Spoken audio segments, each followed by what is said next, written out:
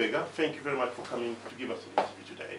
I remember very well we met in November 2010. That's right. You were the independent candidate in the last presidential elections in Uganda, which took place in February 2011. And today you had a gathering here. Could you tell us about the gathering today in London? Thank you very much for giving us this opportunity.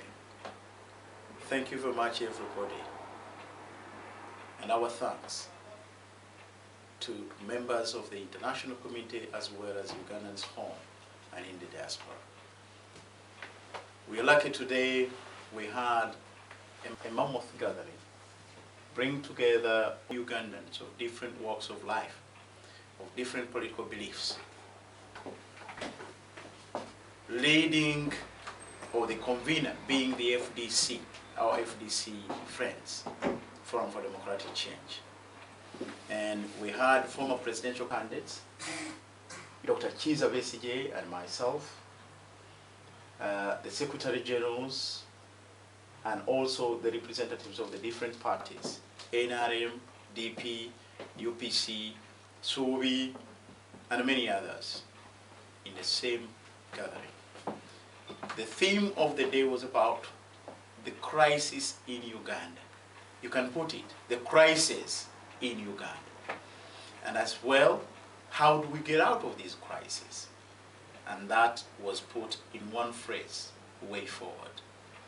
We had opportunity for people to present the different feelings about what is happening in our country. Those in the diaspora that have got to pay the bill for what our people are going through every day now. We know the diaspora is giving us almost 49% of our national income today through remittances. Looking after people, paying the school fees, paying the electricity bills, paying for food, both in the urban center, urban Uganda and the rural Uganda. Okay.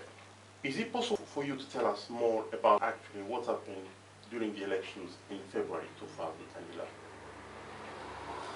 Very briefly, please. In brief, you can regard the general elections 2011, presidential and parliamentary, and also local government, as the greatest sham of an election the world has ever witnessed. Probably nowhere on the African continent that we've had a coconut type of elections, that we've had now the third time under the same regime and organized by the same regime in Uganda. The 25-year-old regime, now 26-year-old regime in Uganda. As members of the opposition, almost all of us, we were unanimous on one thing, that that election was a sham, and we did not accept the results of that election, and we denounced the results. And the regime in Uganda, basically you can say, has effectively retained power for the fourth time, fraudulently, unconstitutionally, illegally, which also goes against our constitution.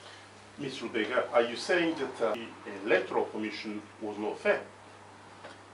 We complained about this Electoral Commission, and as I told the public last time, we even got together as all candidates. We also wanted Mr. Museveni to be part of us when we indicted the Electoral Commission. Then we indicted it to the authorities that are in Uganda, we indicted it to the international community, and we're not comfortable with it. Actually, we wanted to boycott the elections. But you know, as people who apply positive and compassionate politics, realistic, we wanted to give democracy a chance.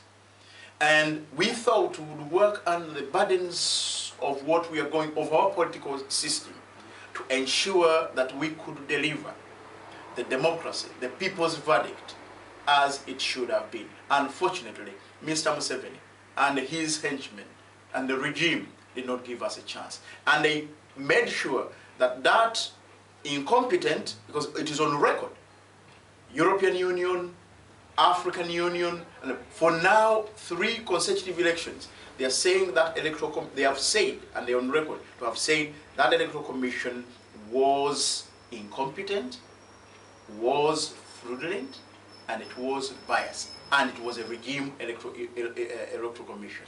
Thank you very much, Mr. Lubega. Thank you for coming. Thank you.